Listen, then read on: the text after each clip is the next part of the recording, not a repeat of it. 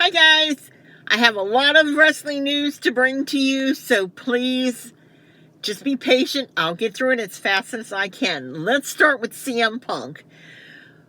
We've heard everything about the rumors. AEW would like to bring him back on June 21st. Why?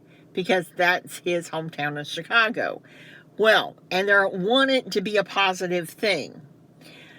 Punk has claimed that he has reached out to the Young Bucks and Kenny Omega, and he's even reached out to Chris Jericho, which, if you didn't know, that after All Out, Chris Jericho and CM Punk got into like a Twitter feud. With that being said, it's also been rumored there's going to be a show taped while they're in Canada. And even though the ad doesn't say what the show is, I had reported some months ago that there is going to be a show called AEW Collision. And that is going to be the first taping of the show. Now, it's rumored that Punk might do a match at that show. Collision will be sort of a split soft roster, but it's a place where wrestlers can go and not run into a problem or a person that they have an issue with.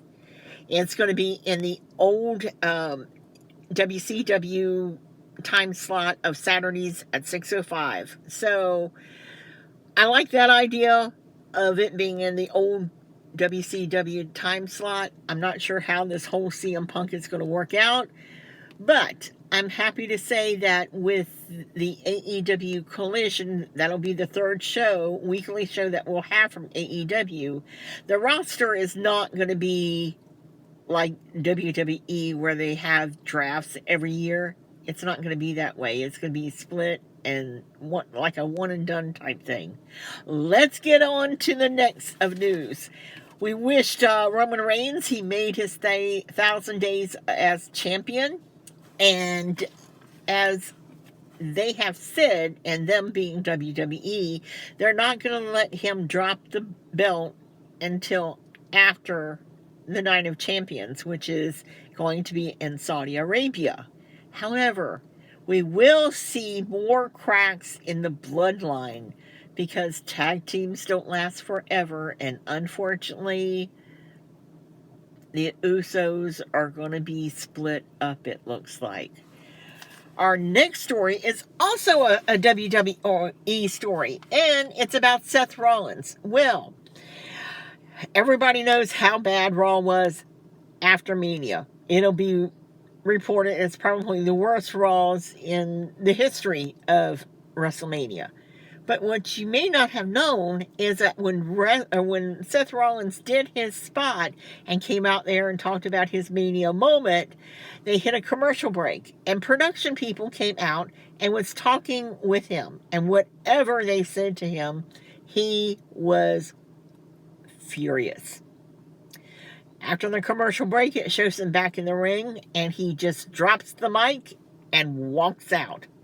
Now, what you guys may not realize is that the wrestlers are not supposed to be leaving the building until after it ends, just in case they're needed for a segment, in case somebody gets injured, something happens, and they need that person.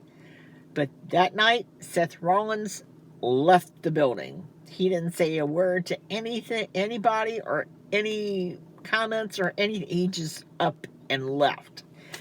And we all know who had huge dealings with that situation.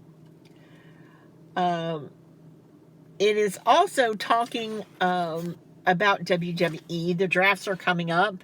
I think they're like a week and a half away. Everybody's wondering how much Vince will have input in the drafts. Well, let's be honest. We've been lied to here recently about WWE and what he has input in and what he doesn't. And we all can tell his work once it airs. WWE claims that he will not have anything to do with the draft. It'll all be on Triple H. We'll just have to wait and see. And our last comment here is that we're doing a house show tonight. NXT is in our hometown. And so we're also doing a question and answer session with Fallon and James and Briggs and Stratton. So that's going to before the show. And so, yes, I'll be trying to post when I can. So if you have a few free moments, you can check on Wrestling on 60 Seconds and see what's going on at the house show. I want to thank you for watching, subscribing, and as always, bye for now.